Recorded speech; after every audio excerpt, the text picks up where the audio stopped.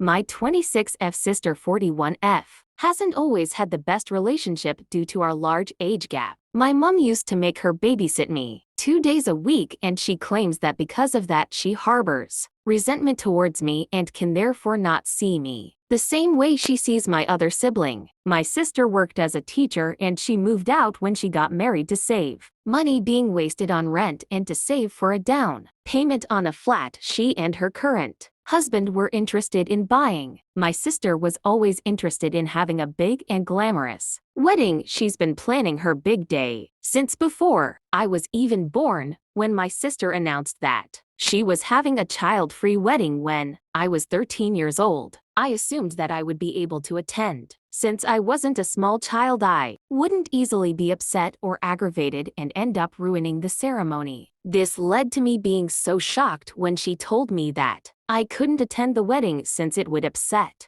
the guests who had to leave their children at home. Although hardly any of her guests had children, as a majority of them were just starting to get married. My parents were very upset by this whole thing and told my sister they wouldn't cover the reception party if I wasn't allowed to attend, and in response to this, my sister called off her wedding. My sister's fiancé ended up crying and begging my parents to pay for the party, as she wouldn't marry him otherwise. And due to this, my parents did pay for it. This was honestly one of the worst days of my life, especially watching my whole extended and my immediate family get ready for the wedding whilst I was being left with a babysitter.